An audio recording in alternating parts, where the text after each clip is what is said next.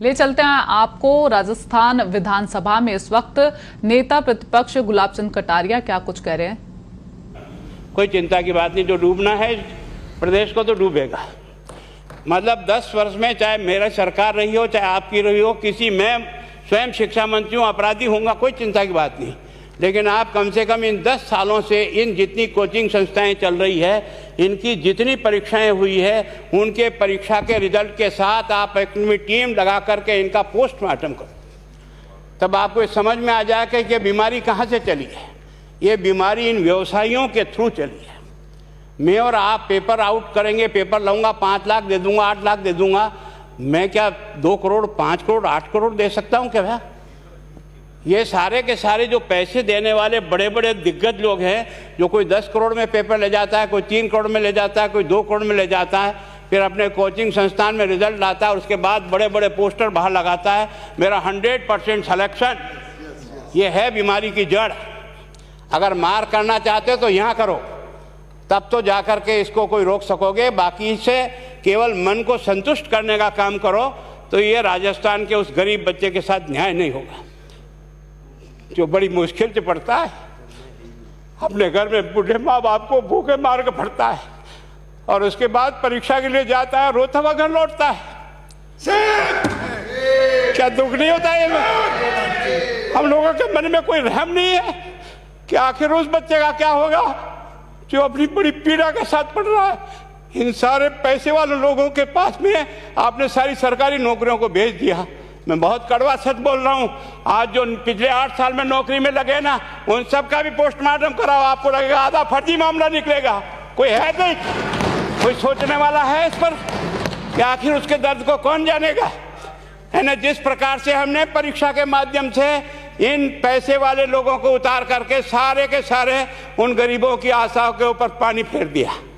रात और दिन पढ़ता है, भूखा प्यासा पढ़ता है, घर बेच करके पढ़ता है, खेत बेच करके पढ़ता है, लेकिन जब उसका सिलेक्शन नहीं होता तो जहर खा के मरता है। कोई इस पीड़ा को समझने के लिए तैयार नहीं है। और हम इस कानून को ला करके दुनिया को बताना चाह रहे हैं कि हमने इतना बड़ा कानून कर दिया, इस कानून से कुछ भी नहीं होगा। मैं आज आपको कह रहा हूँ, ये जो आपने नए प्रावधान जोड़े हैं, मैं सोचता हूँ कि मुझे कुछ बोलने की इच्छा नहीं, मुझे बहुत दुख है इस बात का। क्या होगा ये?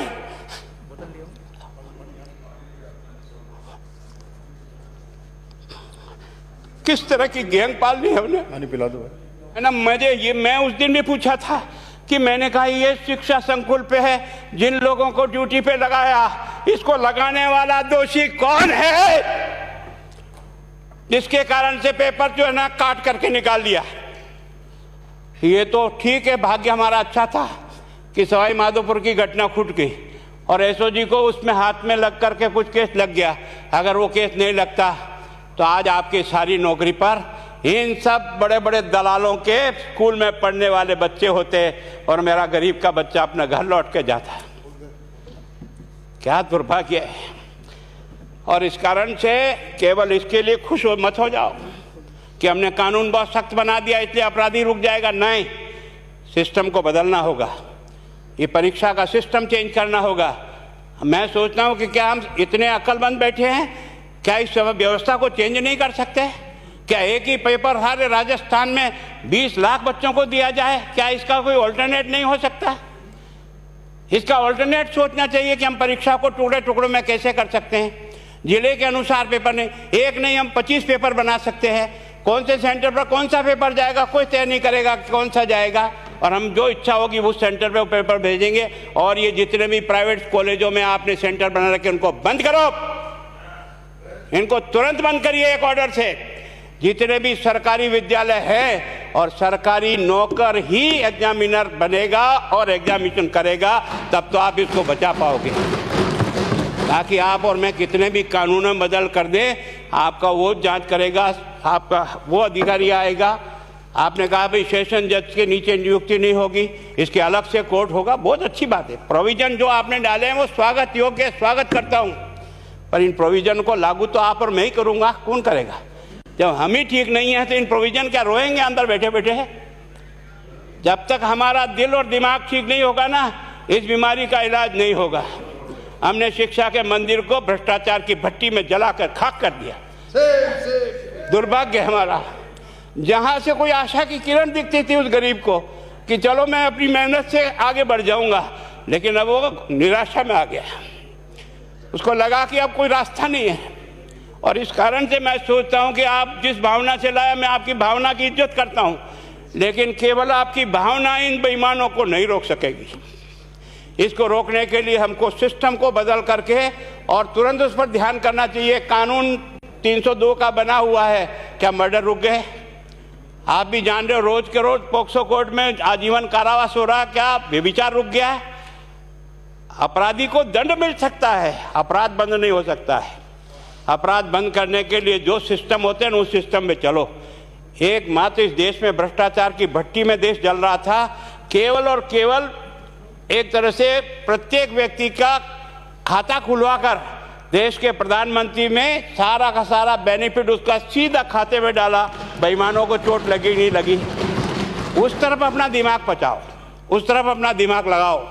किस बीमारी का इलाज कहाँ है और कैसे हो, इस बारे में चिंता करने की कोशिश करो। मैं कई बार इधर सीकर और इधर गया तो मैं सोचता हूँ कोचिंग संस्थान की बिल्डिंग देंगे ना तो टोपी गिर जाए नीचे से।